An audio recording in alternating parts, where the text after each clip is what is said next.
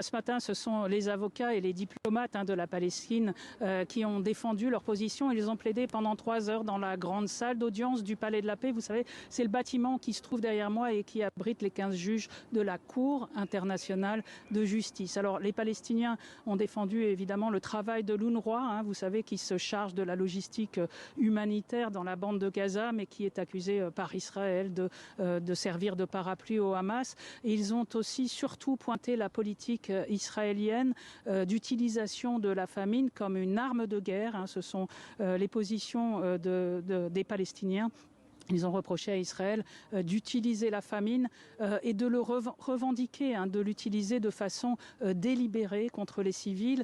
Et ils ont notamment rappelé une déclaration récente du ministre de la Défense israélien qui a déclaré que avec ce blocus depuis le 2 mars sur la bande de Gaza, en bloquant l'accès de l'aide humanitaire, Israël espère faire céder le Hamas. En tout cas, les avocats de la Palestine ont développé aussi le fait que, en tant que puissance occupante, Israël a des obligations qui sont énoncées par les conventions de Genève, et qu'au titre de ces obligations, elle doit notamment veiller sur le bien-être de la population civile qui est occupée, donc ici les Palestiniens. Et Stéphanie, voilà, c'était la plaidoirie aujourd'hui de la Palestine, et dans les jours qui viennent, il va y avoir une quarantaine d'États qui vont défiler devant les juges de la Cour. Et quid de la position israélienne maintenant, Stéphanie? Israël participe-t-il d'ailleurs à ces débats?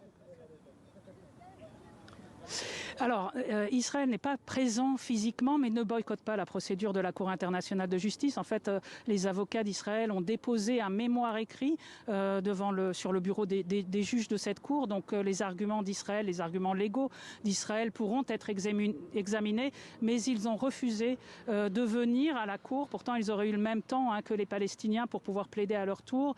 Et à la place de cela, ce matin, exactement à l'heure où l'audience s'ouvrait à La Haye, le ministre des Affaires étrangères, depuis Israël, a tenu une conférence de presse en donnant les positions d'Israël, en accusant évidemment l'UNRWA de protéger le Hamas, de servir de base au Hamas, et puis en expliquant, notamment en reprochant à la Cour internationale de justice d'être instrumentalisée au profit des Palestiniens.